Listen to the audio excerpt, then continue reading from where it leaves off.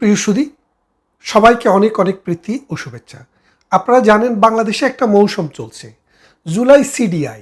এখন এই জুলাই সিডিআই শুনে শয়তানের গায়ে যেভাবে আগুন লাগে, আজকে ৭১-এর ঘাতক রাজাকার আলবদর, আল শামস, জামাতে ইসলামী, নেজামে ইসলামী, মুসলিম লীগ এবং শান্তি বাহিনীর সন্তানরা এবং তাদের আদর্শিক সন্তানরা এখন সিডিআই জ্বরে ভুগছে।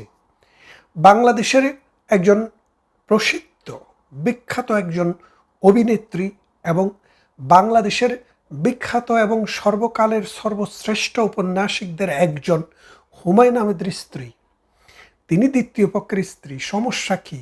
আপনারা যারা জুলাই সিডিআই এর উত্তরাধিকারী, তারা তো সাইর বিয়েতে বিশ্বাস করেন। হুমায়ুন আহমেদ তো একসাথে সাইর বিয়ে রাখেনি, সর্বোচ্চ দুটি, আর তাও তিনি প্রথম স্ত্রীকে আইনসম্মতভাবে তালাক দিয়েছিলেন এবং তিনি পরবর্তীতে বিয়েও করেছিলেন। সুতরাং শাওনের সাথে এই বিয়ে হওয়া নিয়ে তাদের তো কোনো মাথা ব্যথা থাকার কথা না, কারণ ইসলামের ইতিহাস ঘেঁটে দেখেন হুমায়ুন আহমেদের সাথে হুমায়ুন আহমেদের স্ত্রীর বয়সের পার্থক্য যত, আপনাদের যে আদর্শিক যেসব মানুষরা পৃথিবীর বিভিন্ন প্রান্তে আছে তাদের বউয়ের সাথে তাদের কিন্তু তফাৎটা আরও কম।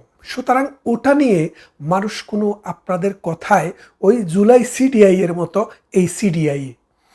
এখন খেয়াল করে দেখেন বাংলাদেশে যে জুলাই সিডিআই চলছে, জুলাই সিডিআই কেন চলছে? একটা সমাজ ব্যবস্থায় যদি মানুষ যদি কোনো একটা সিস্টেমকে অ্যাকসেপ্ট করে, মানুষ কিন্তু তার বিরুদ্ধে গালিগালাজ করে না। 1971 সাল থেকে 53 বছর আপনি কি শুনেছেন মুক্তিযুদ্ধকে কেউ গালি দিলেও চুরি করে গালি দিতে হয়েছে, চুরি করে।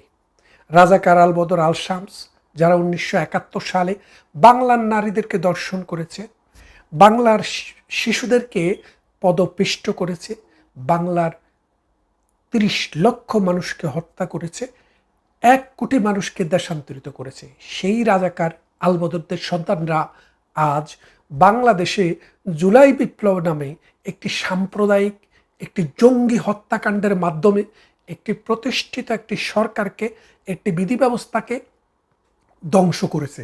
এই ধ্বংস করতে গিয়ে বাংলাদেশটি ধ্বংস হয়ে গেছে।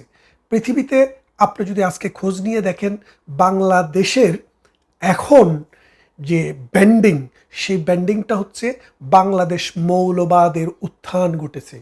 বাংলাদেশে আইএস জঙ্গিরা পৃথিবীর যেখানে যেখানে ছিল, পাকিস্তান হয়ে সেটি এখনো বাংলাদেশে আশ্রয় গ্রহণ করেছে। বাংলাদেশে হামাসের শাখা খুলেছে, বাংলাদেশে আল কায়দা জঙ্গিদের নেটওয়ার্ক সৃষ্টি হয়েছে। বাংলাদেশের রাস্তায় রাস্তায় লা ইলাহার পতাকা, সাদা পতাকা এবং কালো পতাকা উড়িয়ে দেওয়া হয়েছে। তার মানে আপনারা বোঝেন যে এই বাংলাদেশকে আমরা একটি অসাম্প্রদায়িক চেতনার একটি বাংলাদেশ, হাজার হাজার বছর থেকে এখানে বৌদ্ধ, এখানে জৈন, এখানে শিখ, এখানে হিন্দু এবং সর্বশেষ মুসলিম ধর্ম রাজত্ব করেছে এবং করছে। আপনারা খেয়াল করে দেখেন কথায় কথায় ভারত বিরোধিতা কার মুখে? ওই রাজাকার 71-এর ঘাতক দালাল আলবদরদের মুখে। অথচ দেখেন ভারত হচ্ছে একটি মুসলিম রাষ্ট্র। কত বড় মুসলিম রাষ্ট্র, যেই দেশে পৃথিবীর সবচাইতে বেশি মুসলমান, প্রায় 30 কোটি মুসলমান বসবাস করে। তার মানে ভারতে হিন্দু থাকতে পারে, বৌদ্ধ থাকতে পারে, জৈন থাকতে পারে, খ্রিস্টান থাকতে পারে, কিন্তু নিদেন পক্ষে 30 কোটি মুসলমানও কিন্তু বসবাস করে। আপনি প্রতিদিন বলছেন যে ভারতে মুসলমানদের উপরে নির্যাতন হচ্ছে, দাঙ্গা হচ্ছে, মুসলমানদের গরু জবাই করতে দিচ্ছে না, হত্যা নির্যাতন হচ্ছে, মুসলমানেরা নিপীড়িত হচ্ছে, আপনি বলছেন।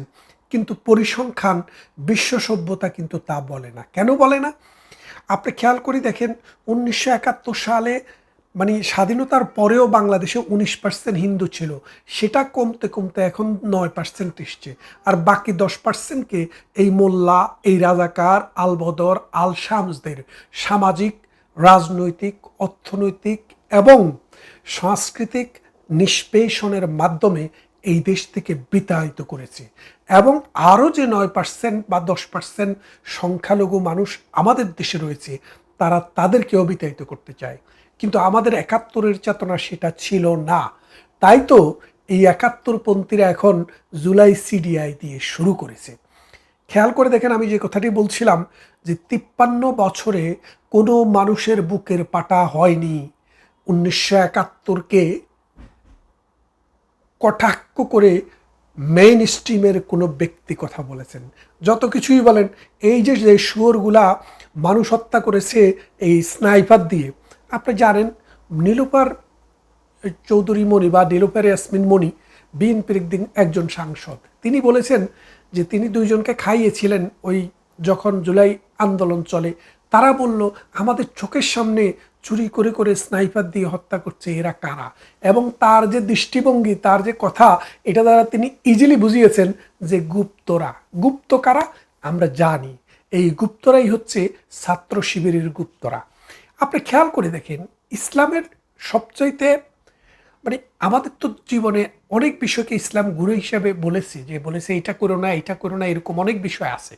কিন্তু একটা বিষয় সম্পর্কে কোরআন শরীফে হুমায়জা নামে একটা সূরা আছে, অর্থাৎ কারো গীবত করা, কারো পরনিন্দা করা যারা করবে তাদের জন্য অনন্তকালের জাহান্নামের ডিক্লারেশনটা কোরআন শরীফে সরাসরি দিছে। নামাজ পড়ে না, রোজা রাখে না, হজ রাখে না, জাকাত দেয় না, এইরকম মানুষের শাস্তি হবে, এটা বিভিন্ন হাদিসে কোরআনে বলা আছে। কিন্তু এদের জন্য সরাসরি একটি সূরা কিন্তু নাজিল করেনি। কিন্তু এই বটবাহিনী যারা, তাদের যে চরিত্র, এটা আল্লাহ পাক জানতেন আগে থেকেই, যে এই বটবাহিনীরা ধর্মের নাম নিয়ে মানুষকে বিভ্রান্ত করবে। আসলে এরা হবে কি, বলৎকার করবে, মানুষকে ধর্ষণ করবে, তারা মিথ্যা বলবে, ওয়াদা দিয়ে ওয়াদা ভঙ্গ করবে, নিজেকে লুকিয়ে প্রতারণা করবে। আপনারা তাদের সাথে মিলিয়ে দেখেন, হুমাজার সূরাতে আল্লাহ পাক যাদের কথা বলেছে যে পরনিন্দা করলে এবং গীবত করলে যে আজীবনের জন্য যে জাহান্নাম, যে বর্ণনাটি আছে, সেটার সাথে কিন্তু এই বটবাহিনী জামাত শিবিরের কর্মীদের কিন্তু হুবহুব মিল। ঢাকা বিশ্ববিদ্যালয়ে, চিটাগং, রাজশাহী বা খুলনা বিশ্ববিদ্যালয়ে ছাত্রলীগের ভিতরে ঢুকে লুঙ্গির তলে থেকে রাজনীতি করেছে এবং একটা সময়ে নিজেদেরকে দরবেশ বলিয়া, ইসলামের ধারক এবং বাহক বলিয়া প্রচার করার জন্য এখন এই জুলাই সিডিআই শুরু হয়েছে। তার মানে কি, বাংলাদেশের মানুষ জুলাই আন্দোলনকে অ্যাকসেপ্ট করেনি। কেন করেনি? কারণ জুলাই বাংলাদেশের একটা প্রতিষ্ঠিত সিস্টেমকে ধ্বংস করেছে, জুলাই সভ্য মানুষকে অসভ্য করেছে, জুলাই এই গুপ্তরা অসংখ্য মানুষকে স্নাইপার দিয়ে হত্যা করেছে, এই জুলাই আমেরিকার কাছে বাংলাদেশের সার্বভৌমত্ব বিক্রি করে দিয়েছে, এই জুলাই বাংলাদেশের ভৌগোলিক সীমাকে বিনষ্ট করেছে, এই জুলাই ডক্টর ইউনূসের মতো একজন বাটপার, আসিফ নজরুলের মতো বাটপার, এবং আরেকটা কি জানি বাটপার ছিল, ওই বাটপারের নামও মনে আসে না, এই সিনেমা বানাতো, তো মোস্তফা সরোয়ার ফারুকির মতো বাটপার, এই বাটপার প্রোডাকশন করে পুরা দেশটাকে একটা মবের রাজত্ব করেছে। আমরা ছোটবেলা থেকে মগের মূল্যক শুনতাম, এই ইউনূসের যুগে এসে সেটা মবের মূল্যক হয়েছে। এই মবের মূল্যকে যারা তৈরি করেছে তারাই হচ্ছে জুলাই সিডিআই। তাদেরকে এই মানুষ বলছে জুলাই সিডিআই। আমাদের অর্থনীতি অর্ধেক নামিয়ে ফেলেছে, আমাদের মানুষের কর্মসংস্থান নেই, মানুষের পেটে ভাত নেই, অন্ন বস্ত্র বাসস্থানের যে চিকিৎসার যে ব্যবস্থা, সেই ব্যবস্থা ধ্বংস হয়ে গেছে, অসংখ্য মানুষ ভবঘুরের মতো রাস্তায় ঘুরছে। এই রকম একটা অবস্থা যারা সৃষ্টি করেছে তারাই হচ্ছে জুলাইয়ে এই আন্দোলনকারী, তারাই হচ্ছে জুলাই সন্ত্রাসী, তারাই হচ্ছে ৭১ বিরোধী, তারাই হচ্ছে প্রগতিশীলতা বিরোধী এবং আমাদের মহান মুক্তিযুদ্ধের শত্রু, মানবতার শত্রু। এদেরকে আপনারা আজকে না হয় কাল, না হয় পরশু দেখবেন যে এরা বিচারের আওতায় এসছে। এখনো তো ২ বছর যায় নাই ভাই। ইউনূসের পর যে তারেক জিয়ার সরকার, তারা তো সবেমাত্র হাঁটতে শুরু করেছে। দেখবেন তাদের ভিতর থেকেই বড় বড় করে ব্যানার হবে জুলাই সিডিআই। বুঝতে পেরেছেন? না বুঝতে পারলে আরও একটু ভালোভাবে শোনেন। এই বাংলার জমিনে ৭১-এর পতাকায় উড়বে, এই বাংলার জমিনে ৭১-এর আইনে চলবে, এই বাংলার জমিনে যাদেরকে মানুষ ভালোবাসবে, সম্মান করবে, ইতিহাস যাদেরকে ধারণ করবে, তাদেরকে বলবে ৭১-এর যোদ্ধা বলবে। ওই ২১ মানে জুলাই যোদ্ধা কেউ বলবে না।